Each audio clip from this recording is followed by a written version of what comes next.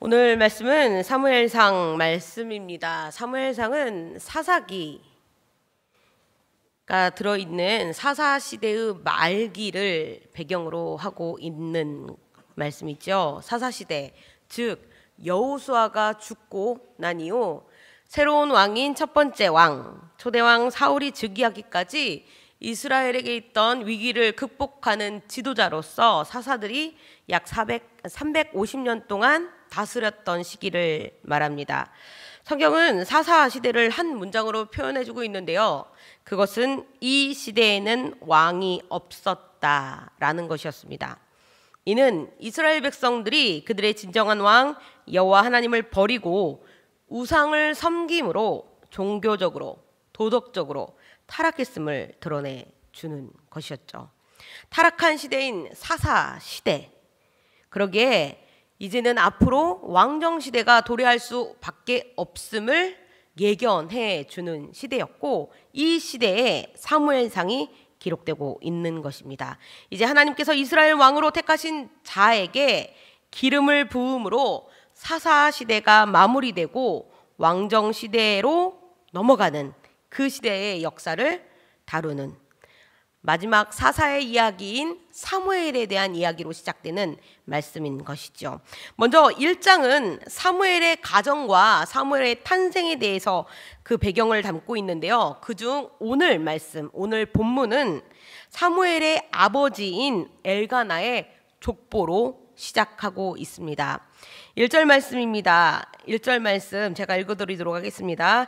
에브라임 산지 라마다임 소빔에 에브라임 사람 엘가나라 하는 사람이 있었으니 그는 여로암의 아들이요 엘류의 손자요 도우의 증손이요 숲의 현손이더라.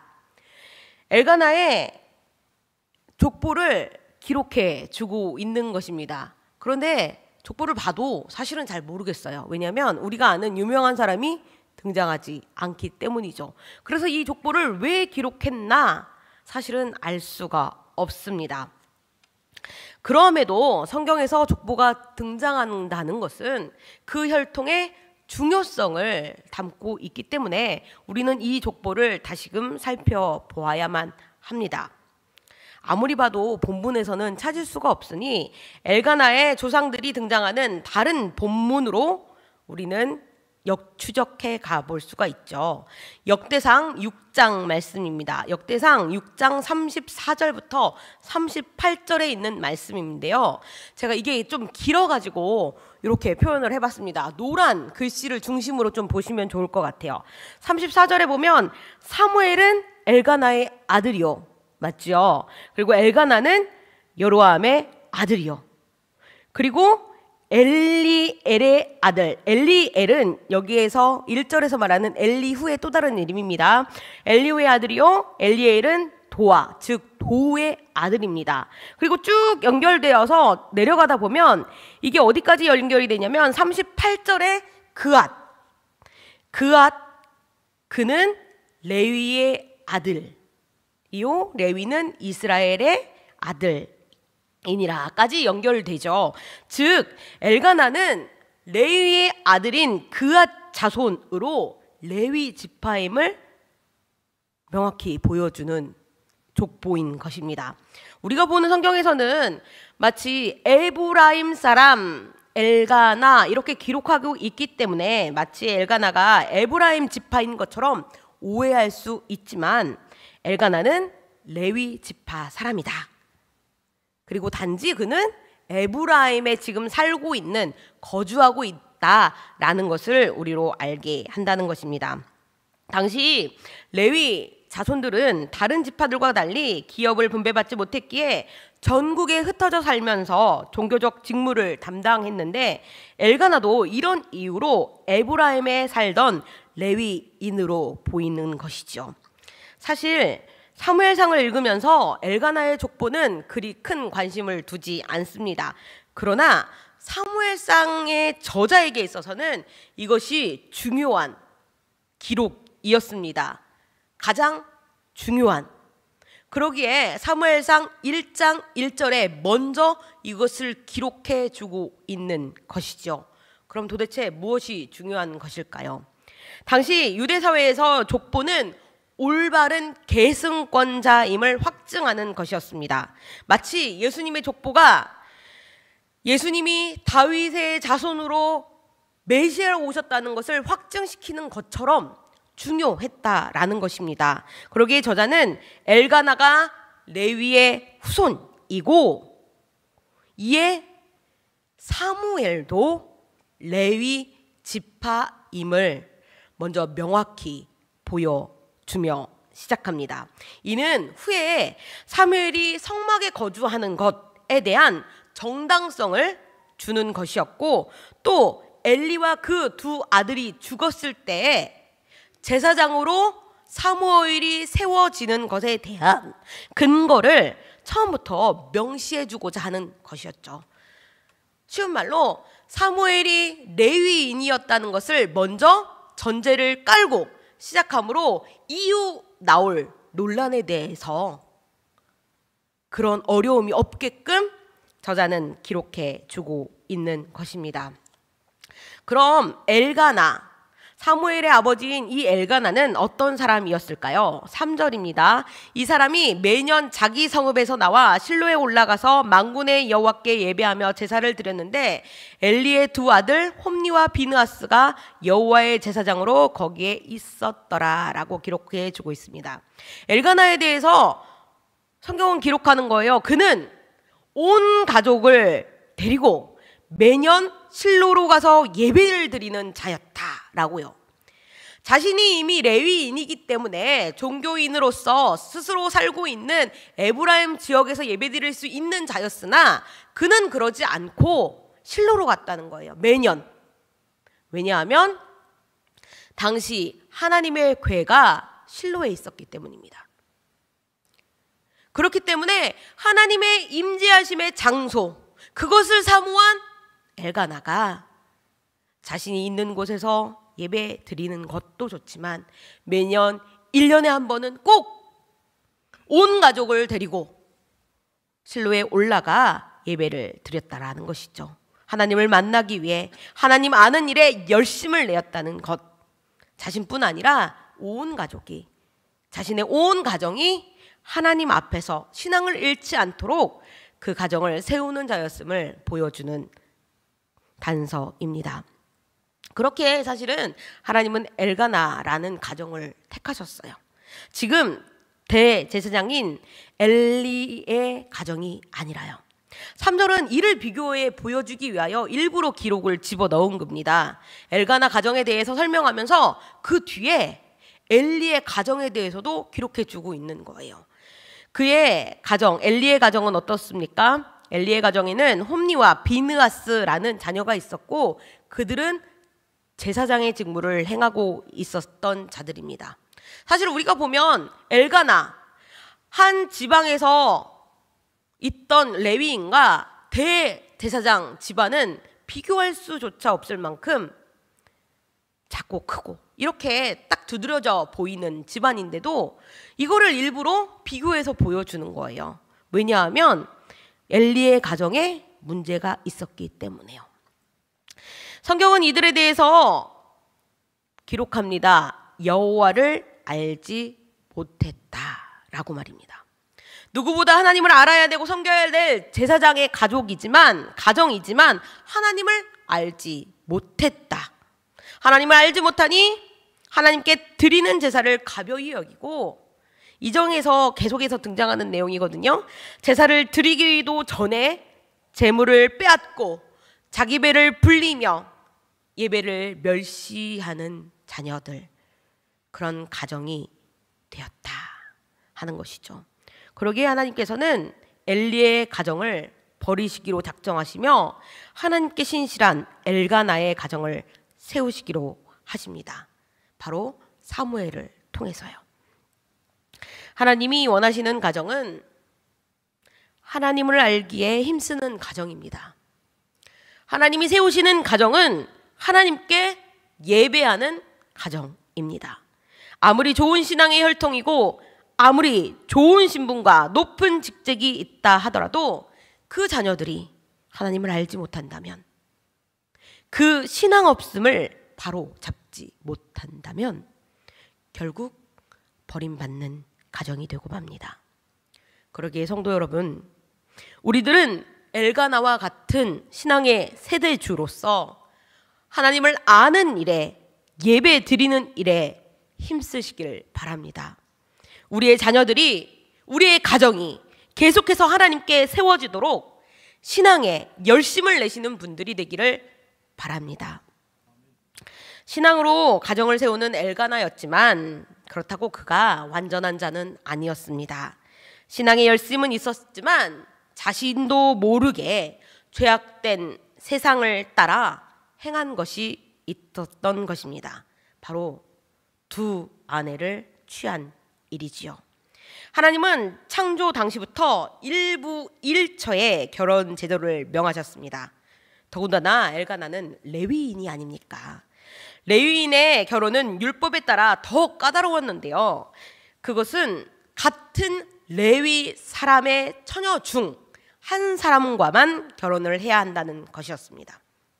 그럼에도 엘가나는 2명의 아내를 두고 있습니다. 이는 그 시대가 얼마나 부패했는지를 알게 해주는 모습이죠.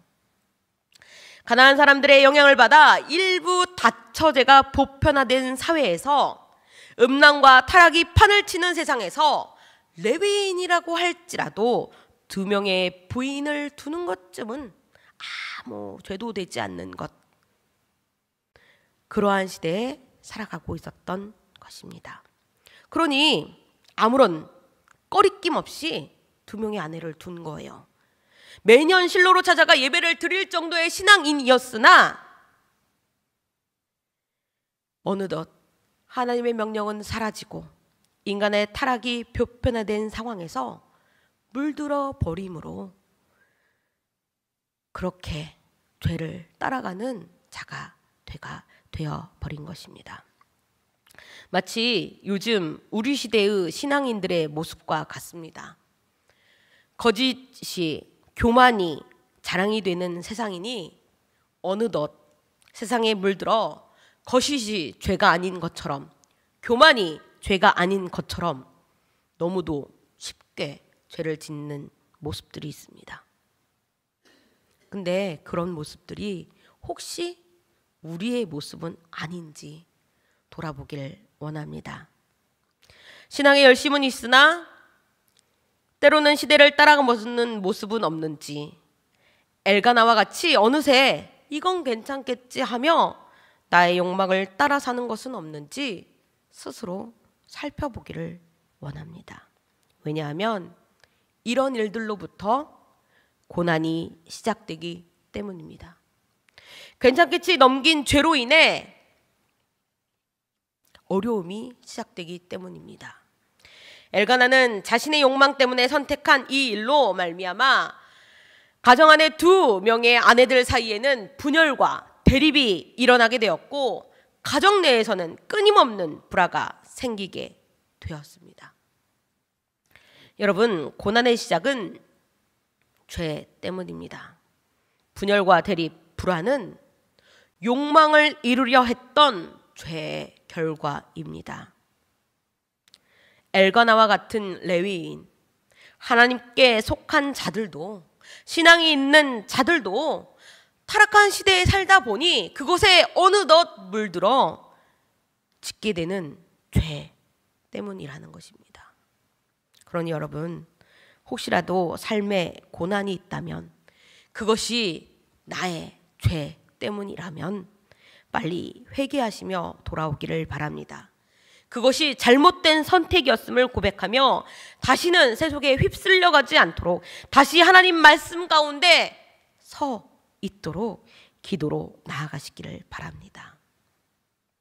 그럼 고난은 죄 때문에만 오나요? 아닙니다. 하나님의 계획으로도 고난은 찾아옵니다. 5절의 하반절 말씀에서 여호와께서 그에게 임신하지 못하게 하시니 라고 기록하고 있습니다. 또한 6절 상반절에서도 반복해서 말해주죠. 여호와께서 그에게 임신하지 못하게 하셨다 라고 말입니다. 당시 자녀는 하나님의 축복이었고 자녀가 없는 것은 하나님께 저주받는 것으로 여겨졌는데, 하나님께서는 한나에게 자녀가 없는 고난을 주신 것입니다. 하나님의 계획하심으로 한나에게 자녀가 없는 결핍, 그로 인해 고통받는 고난을 허락하셨다는 것입니다. 그럼 왜 하나님은 고난을 허락하셨을까요? 왜 결핍이 생기게 하신 걸까요? 왜냐하면 간절함과 절실함이 필요하기 때문입니다. 한나는 남편 엘가나의 사랑을 받는 여인이었습니다. 얼마나 사랑을 많이 받는지 적수인 분인나가 시샘을 할 정도로, 자녀가 없음에도 자녀가 있는 자보다 갑절의 것을 받는 자, 자녀가 없음에 슬퍼하면 내가 열아들보다 낫지 않소 하면서 위로해주는 남편이 있는 그런 여인이었습니다. 그러니 여인으로서 참 부러운 자이지요. 그럼에도 한나의 마음에는 아픔이 있는 거예요. 자식이 없다는 아픔.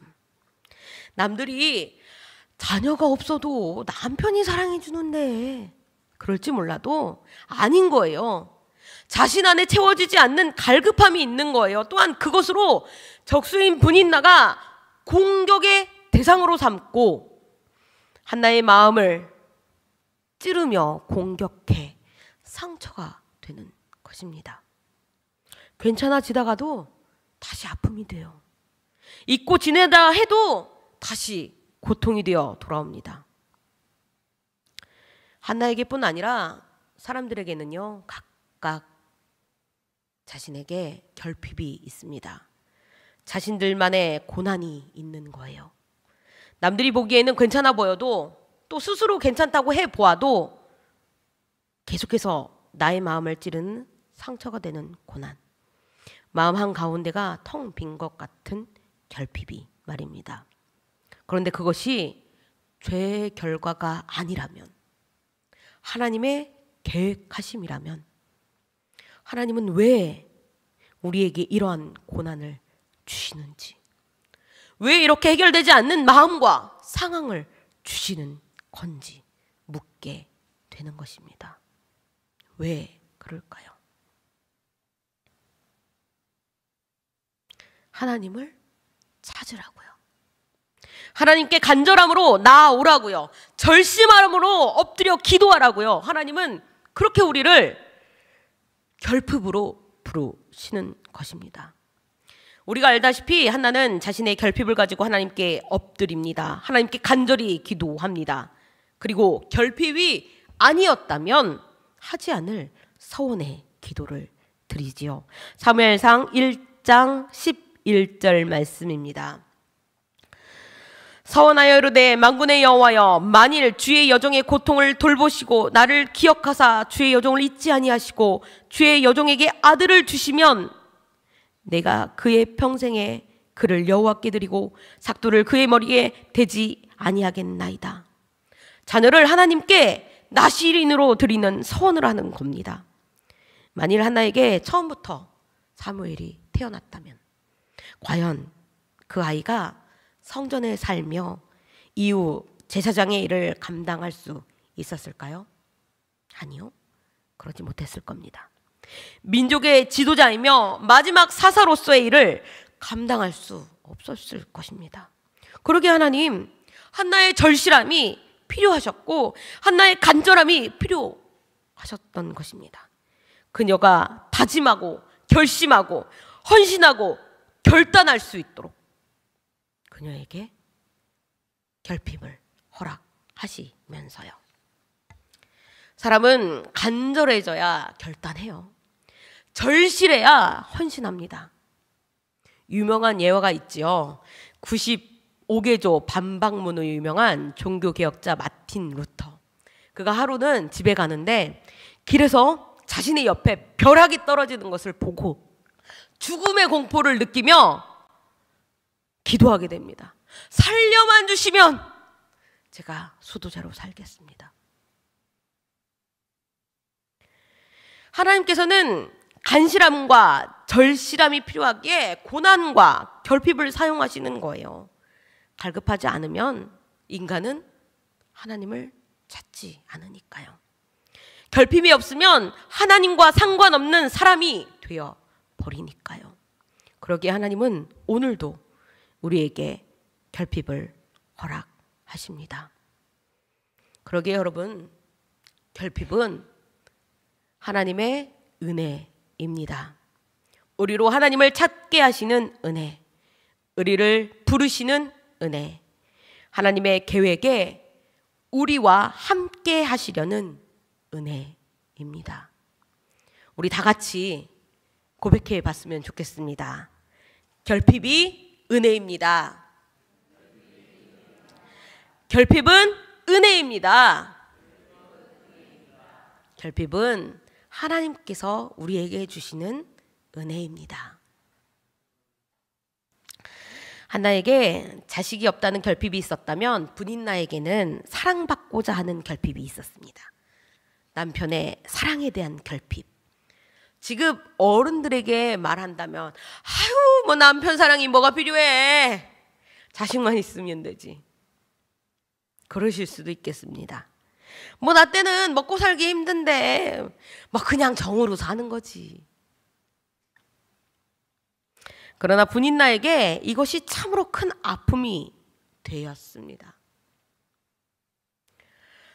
입장을 바꿔 생각해 보면 정부인이 아니었어요. 부닌나는 첩이었어요. 우리나라 말로 하면. 그런데 첩으로 들어온 자신에게 자녀가 있어요. 근데 정부인은 자녀도 없어요. 처음에는 남편이 정부인을 사랑해도 그런가 보다 넘길 수 있었는데 자녀를 하나 둘 낳았는데도 불구하고 온통 사랑은 한나만 받는 거예요. 그러니 이 안에 어떻게든 사랑받고 싶어하는 갈망, 그것이 결핍으로 자리 잡게 된 것입니다. 이러한 결핍의 순간 부닌나는 어떻게 해결합니까? 6절에서 말하죠. 부닌나가 그를 격분시킴으로, 남편이 한나를 사랑해 줄 때마다 자기에게 돌아오지 않는 그 사랑에 목말라하며 분노하는 겁니다. 비방으로 덮는 것입니다. 자녀를 낳지 못하는 한나를 비방하며 자신이 사랑받지 못한 아픔을 한나에게 쏟으며 자신이 고통받는 것처럼 한나에게도 고통받도록 그렇게 공격하는 것이죠. 많은 사람들이 자신의 결핍에 부닌나와 같이 반응합니다. 고난에 분노하고 결핍에 비관하지요. 그러면 그것을 해결하기 위한 방법으로 다른 사람도 자신과 같은 고난이 있게 만듭니다. 비방과 비난으로 그 사람도 나와 같이 상처받도록, 그 사랑이 덧나도록, 그 상처가 덧나도록 계속해서 후벼파는 겁니다. 이것을 저는 고난의 평준화라고 얘기해요. 내가 고난받으면, 내가 힘들면 너도 힘들어야지. 내가 상처받으니 너도 상처받아야 되지. 가정에서, 직장에서 이런 일들이 빈번하게 일어납니다. 내가 괴로우니 남도 괴롭게 하는 일들. 여러분, 이것은 해결책이 되지 못합니다. 악순환의 반복일 뿐이에요. 인간의 결핍은 한 번 해결되면 끝나는 것이 아니라 계속해서 찾아옵니다.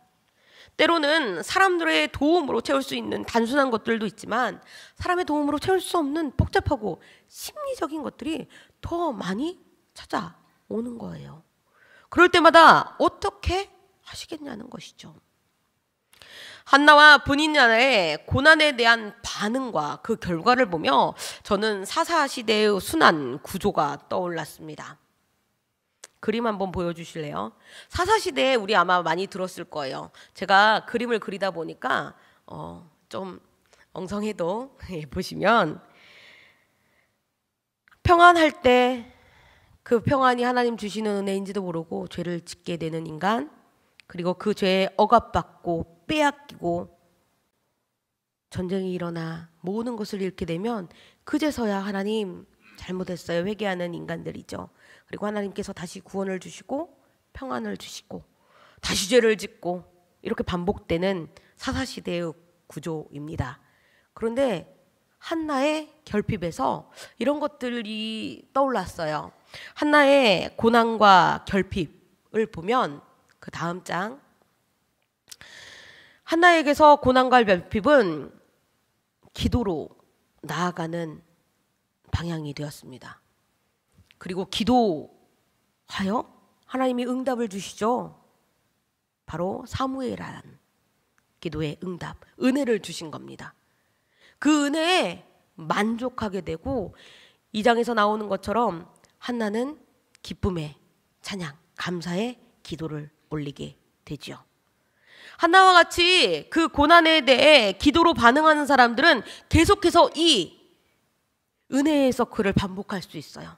고난이 찾아오면 기도하게 되고 그 기도로 하나님이 은혜를 주시고 만족과 기쁨이 넘치는 삶.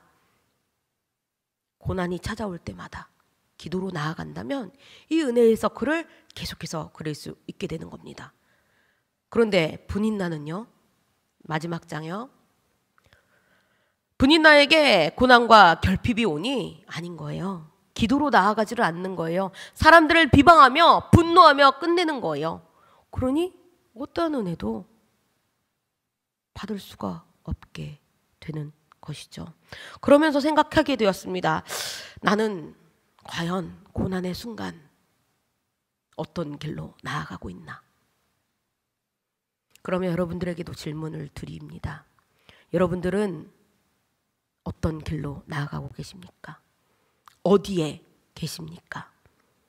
여러분, 어떤 분들은 고난 중에 계실 수 있습니다. 그리고 어떤 분들은 기도 중이실 때가 있고요.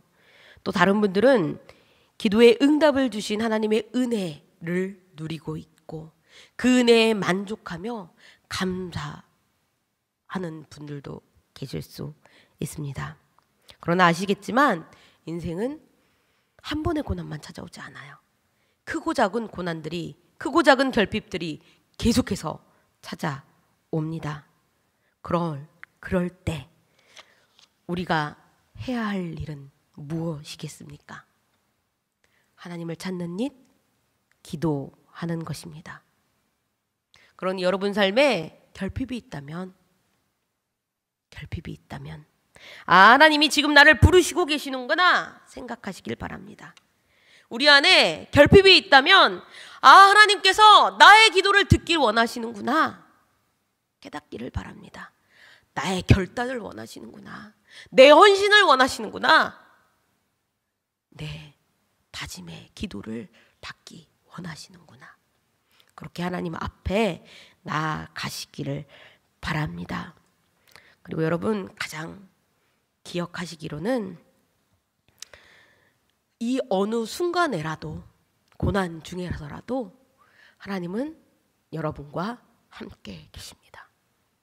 우리가 기도하는 중에서 하나님이 함께 계시고 은혜를 주시는 중에서 우리가 만족하며 기뻐할 때도 하나님 계시지만 고난을 겪는 그 순간에도 하나님은 우리와 함께 계십니다. 그러니 결핍의 순간 늘 하나님께 기도로 나아가시기를 간절히 바라고 그로 인해 하나님이 주시는 은혜까지도 누리는 우리 귀한 모든 성도님들 되기를 간절히 바랍니다.